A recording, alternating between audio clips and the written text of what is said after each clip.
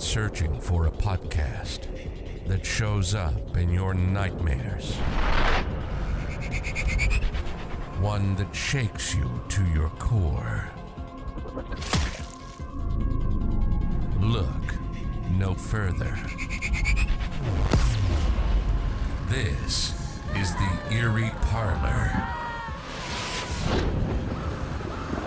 Short stories inspired by urban legends, real-life experiences, folktales, or nightmares. Take your seat and help yourself to the refreshments. Now we begin. Here's your host, Lady of the Woods.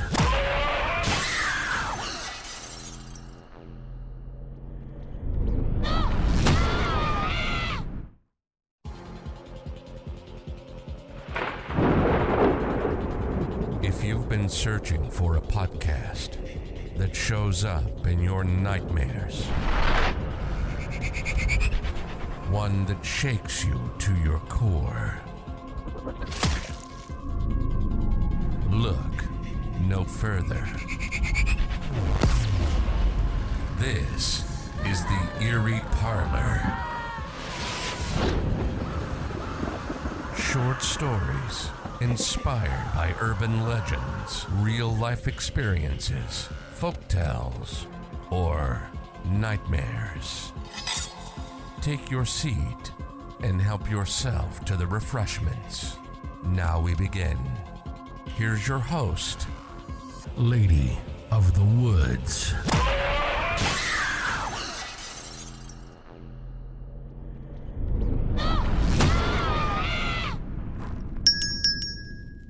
Welcome to the Eerie Parlor. I'm your host for tonight. Come, here, have some tea and cookies. I just took these goodies out of the oven. Oh, you want to hear a scary story? Of course, I know lots of those, but are you brave enough to listen?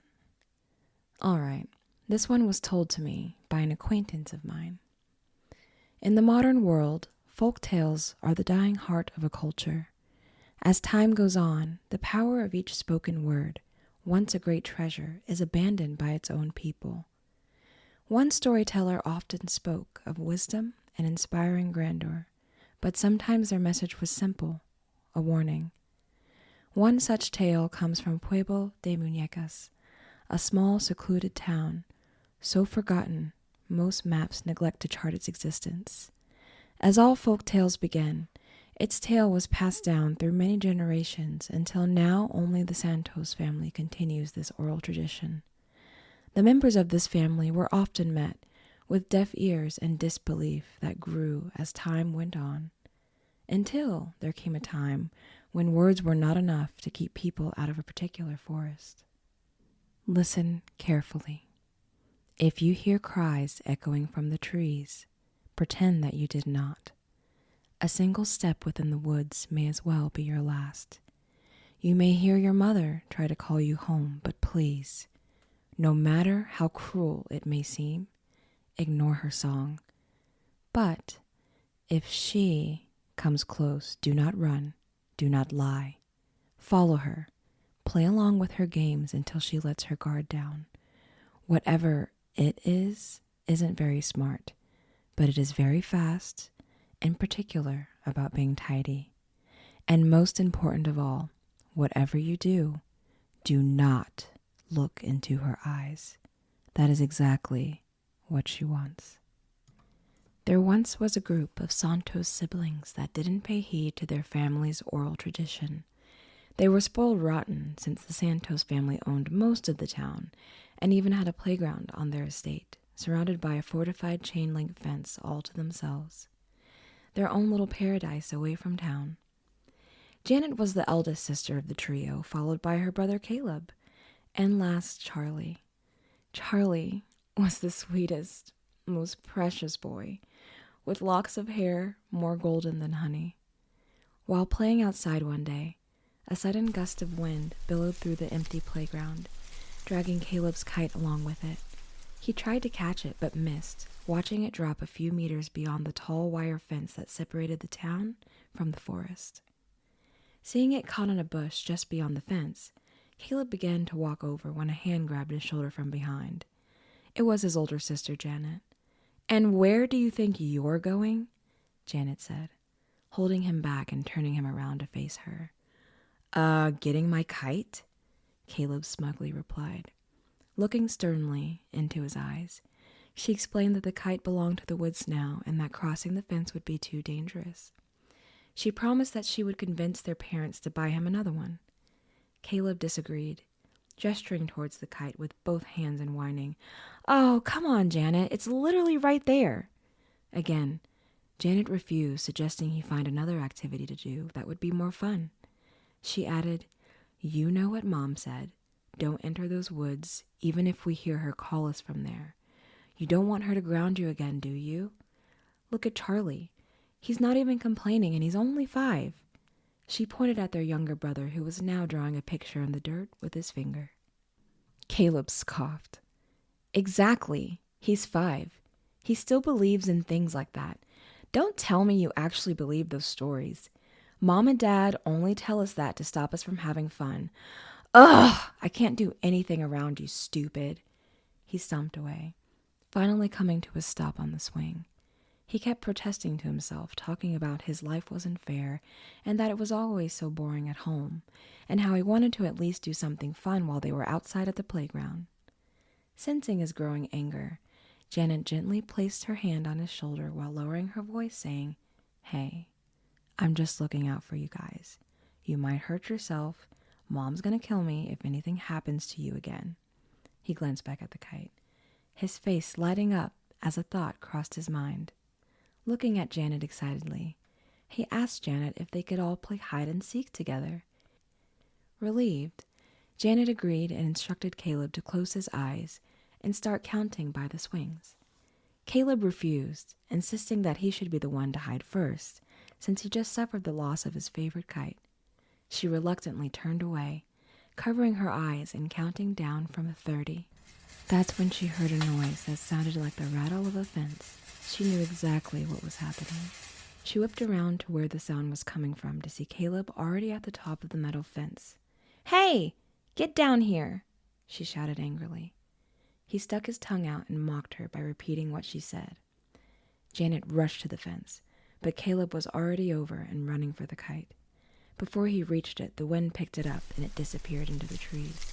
He looked back to see Janet halfway up the fence. "What about Charlie?" he yelled, knowing she would not abandon her brother. She fumed, but dropped from the fence. Caleb laughed and trotted into the woods. Janet screamed his name over and over, but he wouldn't listen. She turned to look back at Charlie, who was looking back at her, ready to cry. Reluctantly, she went back over the fence to get her baby brother so that they could go after Caleb together. After making sure Charlie was securely on her back, she told him to close his eyes and carefully made her way over the fence. Janet was a rule follower, and she knew that she would get in trouble for doing this. Not going into the forest was the one rule that her parents had lectured her on the most. But what choice did she have? She had to make sure Caleb got home safe. Shuddering at the thought of her impending lecture, she made her way into the woods after Caleb while holding Charlie's hand. She was worried about what she would find, but she knew that she had to go after her stubborn brother. She was the eldest Santos child after all. After some time, they found Caleb sitting by a river, happily flying his kite. He felt his sister's glare and looked back smiling. While ignoring her scowl, he explained that he was so happy that he had run after the kite because it flew so much higher by the river. She grabbed him by his arm and jerked him and the kite back towards her, saying, "Don't you ever run away like that again. We gotta leave before—" She was suddenly interrupted by a soft, sweet voice coming from behind them. "Oh my, are you kids lost?" They had heard such a beautiful voice before. It was their mother's. But for some reason, the soothing tone of it put them on edge. The once lively forest was now completely silent. All the children could hear was her. Their instincts made the children look down at their feet as soon as she started talking. Caleb gulped. He had doubted his parents' story, but was it actually true? Deciding to err on the side of caution, he decided not to lie to her. No, actually, we were on our way home, Caleb said. She quickly answered, Oh, you must be tired. Why don't you come with me and have a snack? The woman was standing in front of him now. She wasn't there a moment ago. None of them had heard any footsteps closing in on them, yet there she was, towering overhead. Janet interrupted, smiling with her eyes closed. We'd love to. Please, after you, lead the way, she shakily said. The woman paused, standing there, in silence. The children could feel her strong gaze on the tops of their heads. After what seemed like a lifetime, she turned around and started to shuffle away. The kids all looked at each other, mouthing words to make sure they were thinking of the same thing. Even at only 5 years old, Charlie understood what was happening. This woman was the reason for their stories their family drilled into their heads. She is what the warning was for. Quickly thinking, Janet quickly snatched the kite from Caleb's hand. The woman suddenly paused and slowly started to turn around. Noticing her sudden change in behavior, the children all froze, quickly falling into silence. Come along, children, she lovingly said. You wouldn't want to get lost in these woods. You don't know what's hiding in between the trees. It's very dangerous here. They all quickly nodded their heads in agreement and looked at their feet. She continued shuffling further into the forest as the children followed behind her, but being careful not to get too close.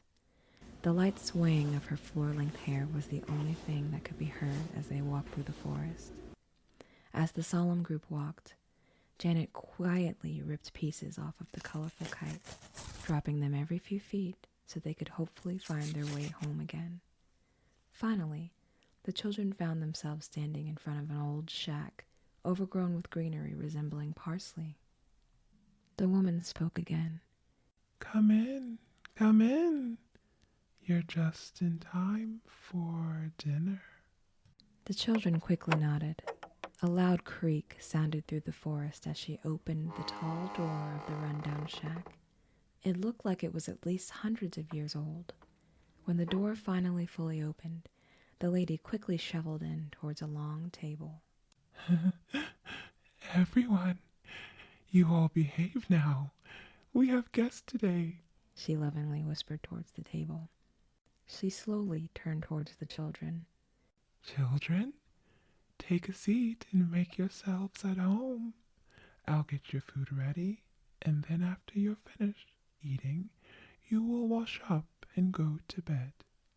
After the children entered, she locked the front door behind her and hurriedly went to the kitchen, muttering to herself excitedly about dinner. The children gathered around a massive circular table with bizarre-looking plushies of boys and girls in every seat except for 3.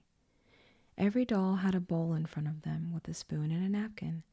They stared at them, unsettled, as they felt these things weren't mere toys. That's when Caleb poked at one of them. Its limbs were purely cotton, but the insides of its torso were damp and squishy.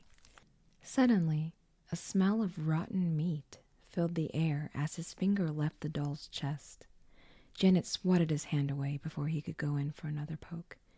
That's when Janet felt a presence behind her. The woman was towering over her, looking in the direction of the doll. After a moment, the woman sweetly said, Lovely, aren't they? Why, little Huey here helped me pick the vegetables for the soup today. He will be the first in the bath tonight since he's a little smellier than the others. She chuckled, wrestling the yarn on the doll's head. She continued and went on and on about how she loved each of these toys, explaining about their names and what they liked. The children agreed and apprehensively laughed about everything she said. They were careful to treat her like she was a ticking time bomb with a trigger in her hand. Caleb was beginning to panic, picking at the clock every now and then. It felt like she'd been going on and on about the dolls for hours, Yet the hands of time said otherwise. 20 minutes was all that had passed since they had sat down. Seeing his apprehension, she paused and asked if he was sick. While glancing at his siblings, Janet and Charlie, he stuttered, saying, No, I mean, yes, I think I have a fever. She gasped and reached her palm towards his forehead. Her hands were so cold and dry, he felt as if he was being touched by a wilted tree branch. Oh, dear. Let me see. Desperately holding up Caleb's bowl and turning away, Janet quickly shouted, I think it's a soup. It's too cold. He loves his soup steaming hot, and that's the only way he can eat it without getting sick. Right, Caleb? He faked a smile. Oh, well, why didn't you just say so? I'll make you a new batch right away. They nodded silently, feeling her gaze, keeping their heads down and making sure not to look her in the eyes. As soon as they could hear her walking away towards the kitchen, Janet and Caleb started looking for an exit. Being careful not to look in the direction that the old woman had walked in, Janet scanned the shack until she saw an open window with a freshly baked pie airing out on the windowsill.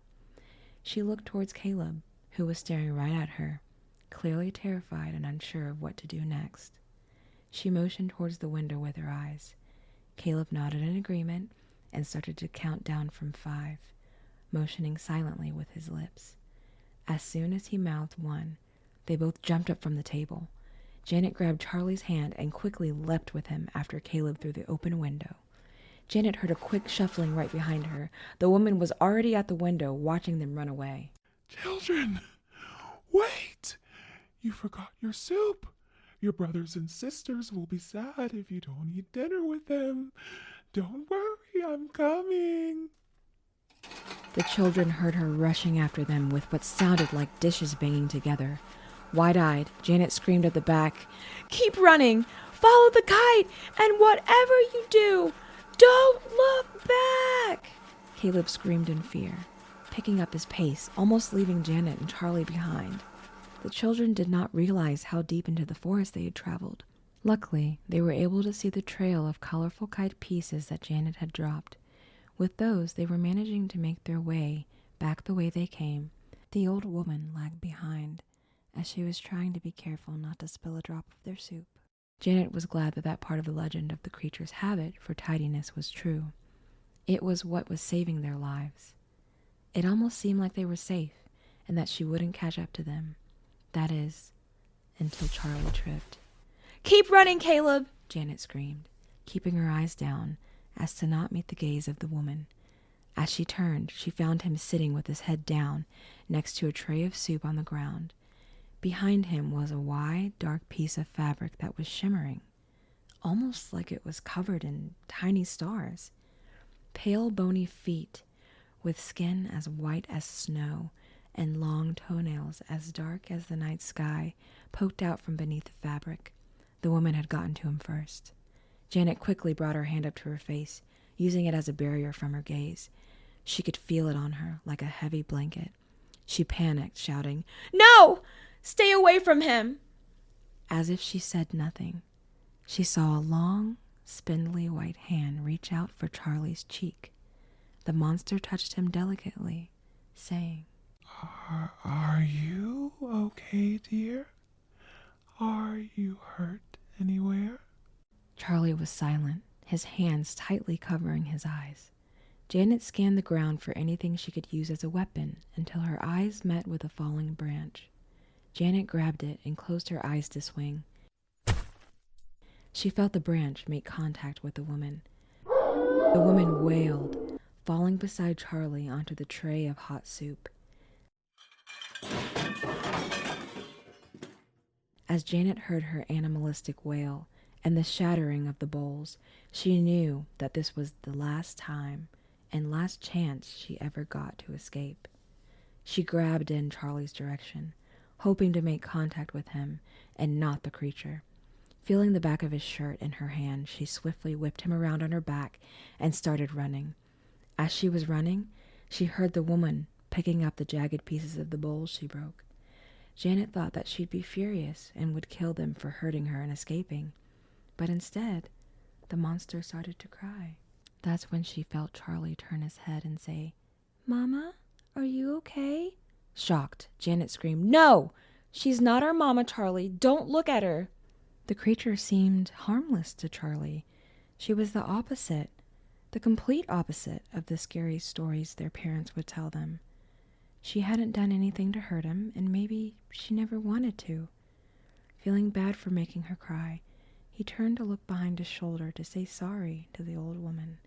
All she wanted was to invite them over for dinner, right? Not hearing the woman following anymore, she finally reached the river they were at before. She didn't stop. Janet kept running, following the signs of broken branches and disturbed leaves that Caleb had left. They were almost home. Feeling relieved, Janet turned her head a bit to reassure Charlie. "Hang on, we're almost there, Charlie." She felt the weight on her shoulders grow lighter and lighter the closer they got to safety. They climbed over the fence much quicker than before and fell to their knees with a sigh of relief.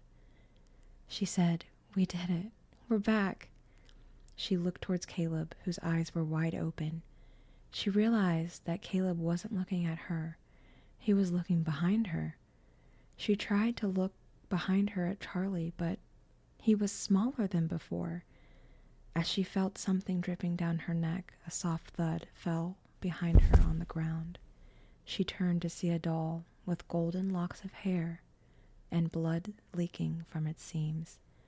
The blood of her brother's now cotton-filled limbs. She screamed. Caleb stood there in shock, frozen by what he had just witnessed. That's when Janet heard another thud on the floor.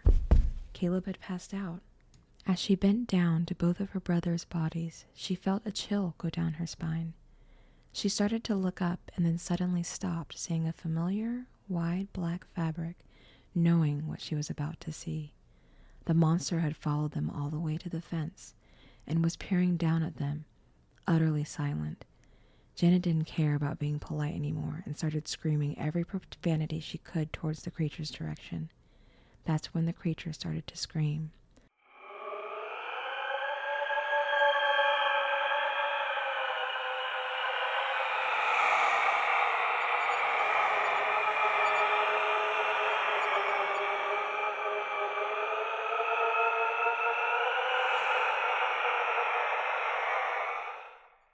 The sound was so deafening that Janet felt her ears were going to bleed.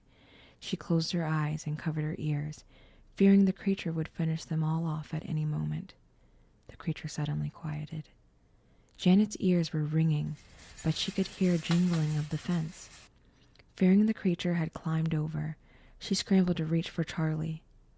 But he wasn't there anymore. She frantically looked all around her, being careful to not look up too high in fear of meeting eyes with the creature. Charlie was gone. It had taken him. The doll. Janet started screaming over and over, "Give me my brother back! Give me my brother back!" hoping that the creature would listen. It never came back. All that could be seen was a trail of blood leading all the way back to the fence that abruptly stopped. When the children were finally found by a housemaid, Janet had lost her voice and her face was swollen from the tears. Caleb was still unconscious. For years, Janet was unable to speak, only repeating the phrase, "Give me my brother back." Their parents knew immediately what had happened. Unable to locate the body, they had a closed casket funeral for Charlie. They both blamed themselves for Charlie's fate, and the siblings never recovered. Caleb locked away his memories of that day and grew to disbelieve what had actually happened. To him, Charlie had just been lost in the woods while they were running from an animal, and Janet was just a disappointment he was ashamed to call his sister. Janet remained frozen in that memory forever. She grew up believing in any and every superstition she heard, no matter how ridiculous they sounded. To this day, she passes down the legend to anyone who will listen. So, dear guest, are you listening? Would you answer your mother's call in the forest? Or will you heed this warning and close your eyes? You've been listening to the Eerie Parlor. Our mission is to terrify you, electrify, and rock you to your core. Each episode is a short horror story inspired by urban legends, real-life experiences, folktales, or nightmares. It's what we do. Join us next time, but in the meantime, find us on Instagram at The Eerie Parlor. You survived another episode. Next time, you may not be so lucky.